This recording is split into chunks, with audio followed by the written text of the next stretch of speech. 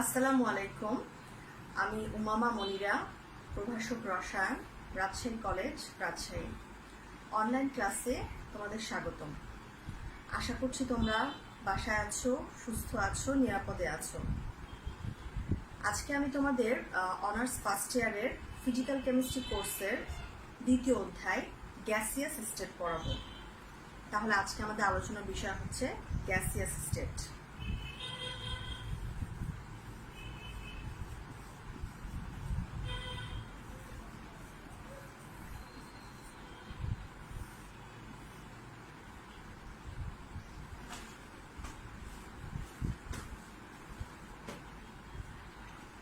Gaseous state পড়ার আগে আমাদের জানতে হবে যে স্টেটস অফ ম্যাটার কি, অর্থাৎ পদার্থকে আসলে কয় ভাগে ভাগ করা যায়। অ্যাকর্ডিং টু ফিজিক্যাল স্টেট, ভৌত অবস্থার উপর ভিত্তি করে পদার্থকে আমরা কয় ভাগে ভাগ করতে পারি।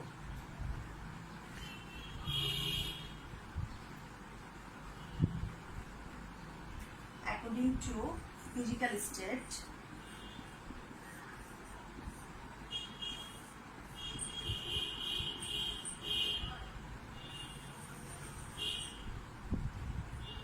আমরা পদার্থকে তিন ভাগে ভাগ করতে পারি। এক হচ্ছে সলিড, দুই হচ্ছে লিকুইড, তিন হচ্ছে গ্যাস।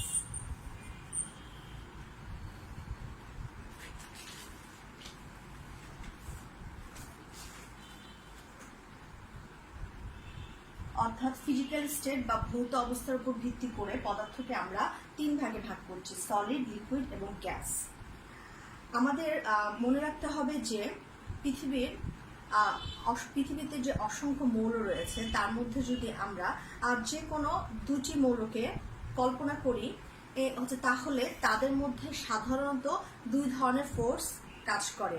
যে কোনো দুটি মৌলের মধ্যে সাধারণত দুই ধরনের ফোর্স কাজ করে। সেই ফোর্সগুলো কি কি?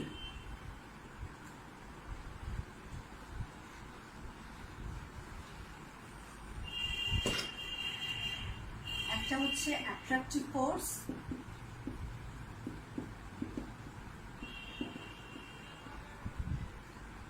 বা এআর,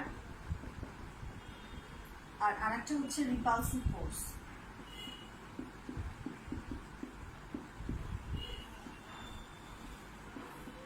বা আর এফ। এখন অ্যাট্রাকটিভ ফোর্সটা কি? অ্যাট্রাকটিভ ফোর্স হচ্ছে দুটো মৌলের কাছাকাছি আসার প্রবণতা, আর রিপালসিভ ফোর্স হচ্ছে দুটি মৌল একে অপর থেকে দূরে চলে যাওয়ার প্রবণতা।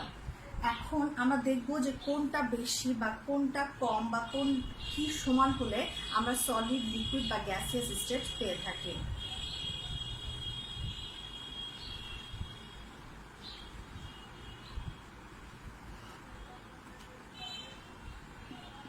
অ্যাট্রাকটিভ ফোর্স যদি বেশি হয় রিপালসিভ ফোর্স অপেক্ষা, তাহলে আমরা পাবো সলিড স্টেট।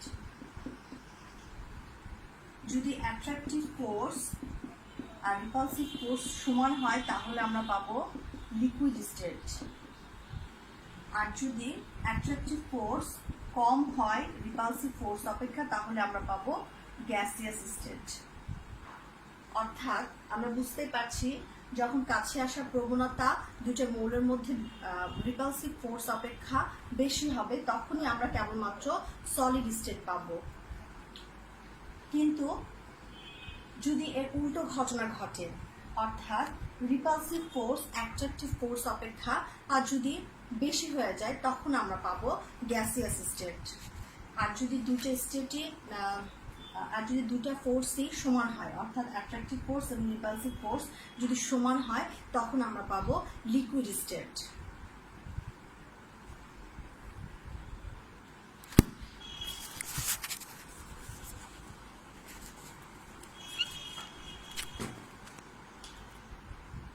আমাদের এখন সলিড, লিকুইড এবং গ্যাস এই তিনটা স্টেটের মধ্যে কিছু পার্থক্য আছে, সেই পার্থক্যগুলো আমাদের জানতে হবে। তাহলে প্রথমেই আমরা দেখি যে ইন্টারমলিকুলার অ্যাট্রাকশন।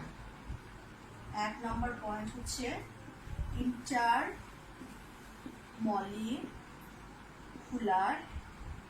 অ্যাট্রাকশন। অর্থাৎ দুইটা মৌলের মধ্যে হচ্ছে একে অপরকে আকর্ষণ করা আর প্রবণতাটা। সলিডের ক্ষেত্রে কি হয়, লিকুইডের ক্ষেত্রে কি হয়, আর গ্যাসের ক্ষেত্রে কি হয়। ইন্টারমলিকুলার অ্যাট্রাকশন সলিডের ক্ষেত্রে হবে সর্বোচ্চ অর্থাৎ ম্যাক্সিমাম, লিকুইডের ক্ষেত্রে হবে ইন্টারমিডিয়েট।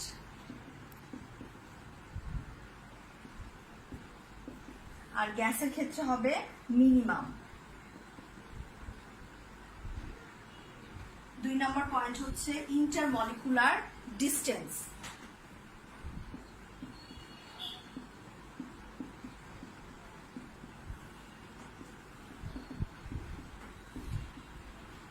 অর্থাৎ দুটি মৌলের মধ্যে দূরত্বটা কিরকম হবে। ইন্টারমলিকুলার ডিস্টেন্স সলিডের ক্ষেত্রে হবে সর্বনিম্ন, লিকুইডের ক্ষেত্রে হবে ইন্টারমিডিয়েট, আর গ্যাসিয়াস স্টেটের ক্ষেত্রে হবে সর্বোচ্চ।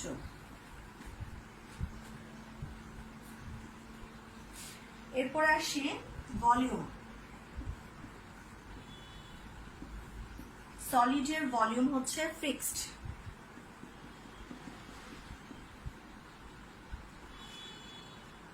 গ্যাসিয়াসের ভলিউম নট ফিক্সড।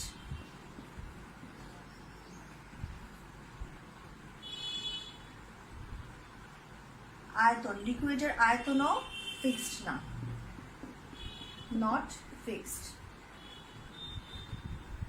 তারপরে আমরা আসি শেপ, এর আকার কিরকম হবে। সলিডের শেপ থাকে ফিক্সড, লিকুইডের শেপও ফিক্সড না, এবং গ্যাসের শেপও ফিক্সড না। ভলিউম লিকুইড স্টেটের ফিক্সড হবে, কিন্তু শেপ লিকুইড স্টেটের নট ফিক্সড। তাহলে আমরা এখান থেকে বুঝতে পারছি যে সলিড, লিকুইড এবং গ্যাসের মধ্যে যে পার্থক্যগুলো আছে, এই 4টা ক্যাটাগরি দিয়ে আমরা বুঝতে পারছি যে তাদের মধ্যে কি কি পার্থক্য আছে। যেমন ইন্টারমলিকুলার অ্যাট্রাকশন কার বেশি কার কম, ইন্টারমলিকুলার ডিস্টেন্স কার বেশি কার কম, এবং শেপ এবং ভলিউম সলিড, লিকুইড এবং গ্যাসিয়াস স্টেটের ক্ষেত্রে কিরকম হবে। এখন যেহেতু আমাদের আলোচনার বিষয় গ্যাসিয়াস স্টেট, তাই আমরা এখন দেখব যে গ্যাসিয়াস স্টেট আসলে হচ্ছে কার কার উপরে ডিপেন্ড করে মেইনলি।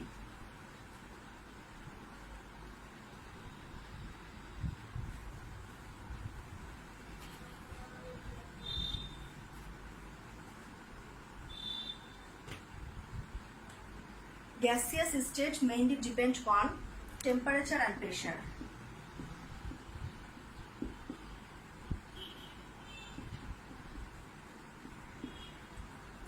এখন কোন টেম্পারেচারে হবে, এটা অবশ্যই হতে হবে হাই টেম্পারেচার, আর প্রেশার হতে হবে লো। কেন? টেম্পারেচার যত আমরা বাড়াবো তত মলিকুলগুলো একে অপর থেকে দূরে চলে যাবে। সুতরাং আমরা সেক্ষেত্রে দেখবো যে ইন্টারমলিকুলার ডিস্টেন্স বেড়ে যাবে, এবং ইন্টারমলিকুলার ডিস্টেন্স যার বেশি হবে সেটাই হচ্ছে গ্যাসিয়াস স্টেট।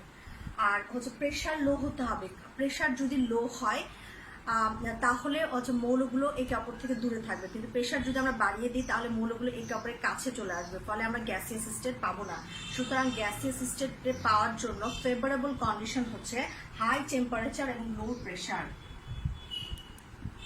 হাই টেম্পারেচার এবং লো প্রেশার, এটা হচ্ছে গ্যাসিয়াস স্টেট পাওয়ার জন্য favourable condition.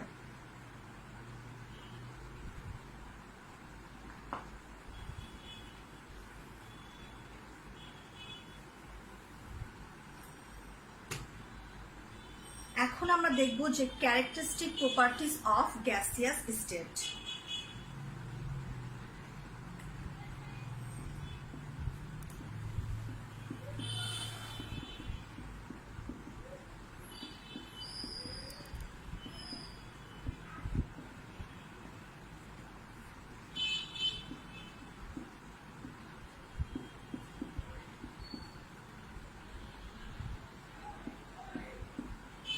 Characteristic properties of gaseous state মানে এর গঠন কিরকম হবে, এর সম্প্রসারণশীল ধর্ম কিরকম হবে, এর প্রসারণশীল ধর্ম কিরকম হবে, এর ব্যাপন ক্ষমতা কিরকম হবে, এর সান্দ্রতা কিরকম হবে, গ্যাসের চাপ কিরকম হবে, এগুলো নিয়ে আমরা আলোচনা করব। প্রথমে আসি গ্যাসের গঠন।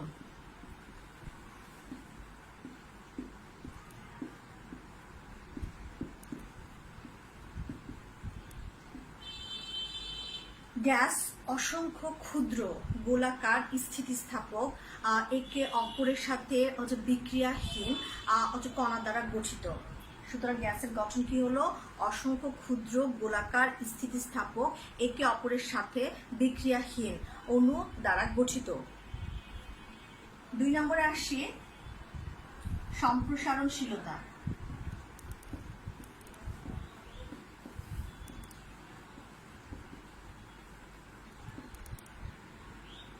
সম্প্রসারণশীলতা গ্যাসের অণুগুলোর মধ্যে আকর্ষণ ক্ষমতা খুবই কম, আর এদের মধ্যে ইন্টারমলিকুলার ডিস্টেন্স অনেক বেশি। এরা একে অপরের থেকে অনেক দূরে থাকে, সুতরাং এদেরকে ইচ্ছামতো সম্প্রসারণ করা যায়।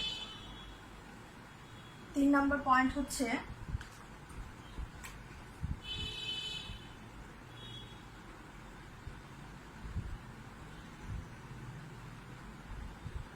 ব্যাপন ক্ষমতা।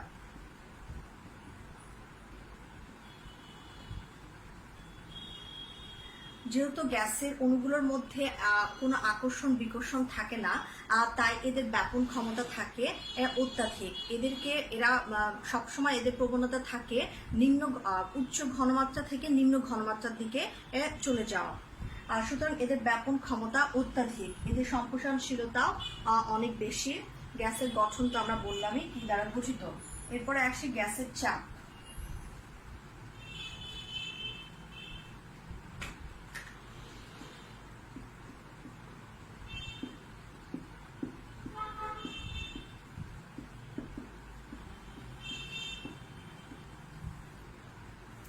গ্যাসের চাপ কি জিনিস?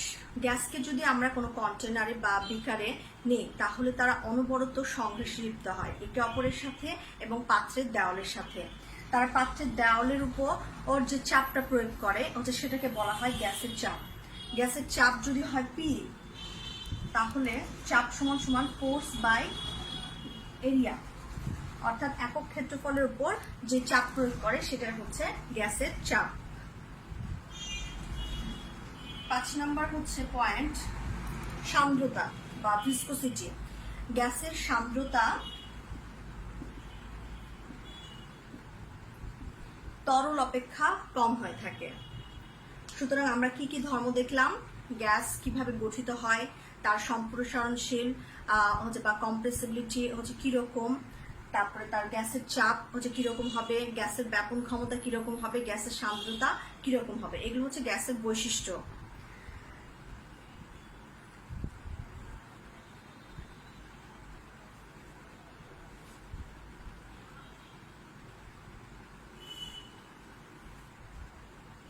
এখন আমরা পড়ব measurable properties of gases।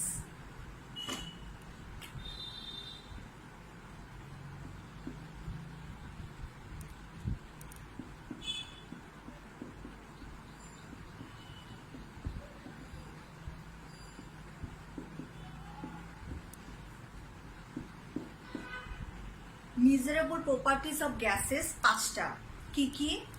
1 mass of gases, 2 volume of gases, 3 temperature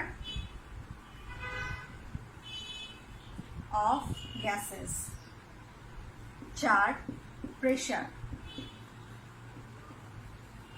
5 density। অর্থাৎ মেজারেবল প্রপার্টিজ অফ গ্যাসেস হচ্ছে 5টা: মাস, ভলিউম, টেম্পারেচার, প্রেসার এবং ডেনসিটি। এখন আমরা একটা একটা করে আলোচনা করব। মাস অফ গ্যাসেস, এই মাস আমরা কোন ইউনিটে রাখবো, ভলিউম আমরা কোন ইউনিটে রাখবো, টেম্পারেচার, প্রেসার এবং ডেনসিটি এগুলো আমরা কোন ইউনিটে রাখবো।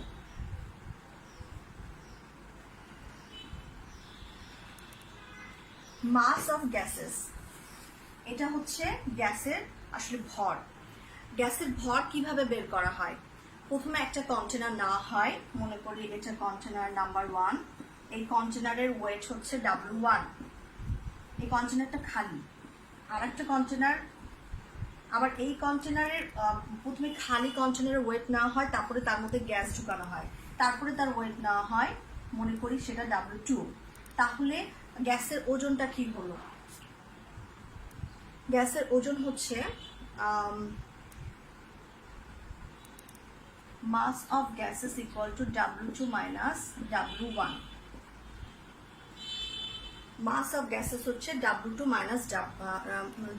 minus W1, অর্থাৎ একটা হচ্ছে গ্যাস ভর্তি কন্টেনারে এর থেকে যদি একটা খালি কন্টেনারে এর ওজনটা বাদ দেওয়া হয় তাহলে আমরা গ্যাসের ওজনটা বের করতে পারবো। এখন এর একক হচ্ছে মোল। নাম্বার অফ মোলটা কি? Number of mole equal to mass of gases divided by molecular mass or molar mass. সুতরাং মাস অফ গ্যাসেস এর একক সব সময় হবে মোল। মোল আমরা কিভাবে বের করলাম সেটাও দেখলাম। আগে গ্যাসের ওজন বের করলাম, তারপরে মলিকুলার আর মাস দিয়ে ভাগ করলেই নাম্বার অফ মোল বের করা যাবে।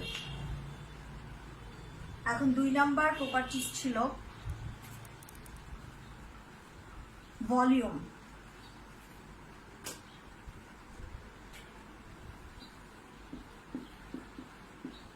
ভলিউম মানে হচ্ছে আয়তন। গ্যাসের ভলিউম মানে হচ্ছে কন্টেনারের ভলিউম। এটা হচ্ছে সহজ কথায় বলতে হবে, কন্টেনারের the volume of the container, কন্টেনারের volume.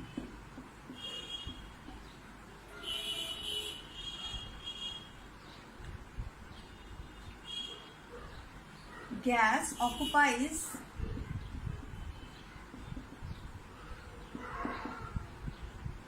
the volume of the container they are kept in.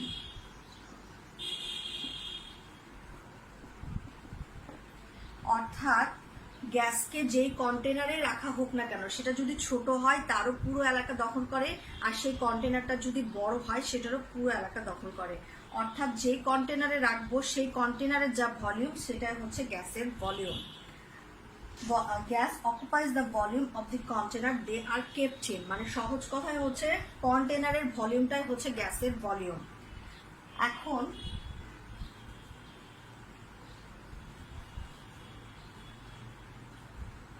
মনে করে এটা হচ্ছে একটা কন্টেনার, এর মধ্যে গ্যাস আছে এক্স আর নিচে কিছু পাথর আছে, সেটা মনে করি ওয়াই।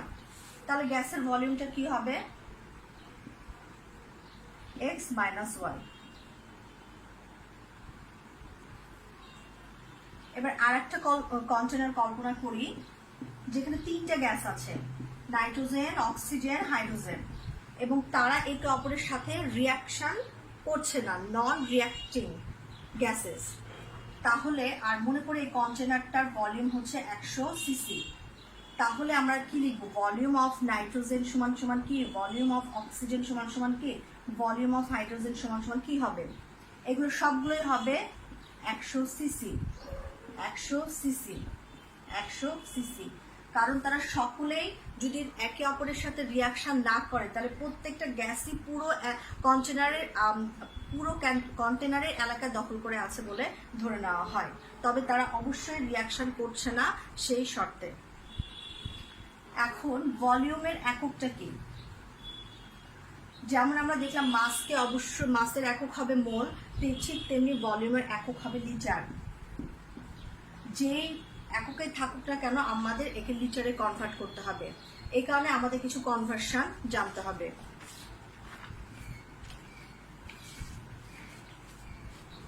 যেমন 1 লিটার সমান সমান 1 ডেসিলিটার কিউব। আবার এটাকে লেখা যায় 1000 ml, আবার এটাকে লেখা যাবে 1000 সিসি, আবার এটাই 1000 সেন্টিমিটার কিউব, আবার এটাই সমান সমান 10 to the power 9 millimetre cube. সুতরাং আমাদের যে এককেই থাকুক না কেন আমাদেরকে একে লিটারে কনভার্ট করে নিয়ে যেতে হবে, এটা হচ্ছে তার শর্ত। মাস অবশ্যই মোলে থাকবে, ভলিউম থাকবে লিটারে। আচ্ছা, আমাদের 3 নম্বর প্যারামিটার ছিল টেম্পারেচার।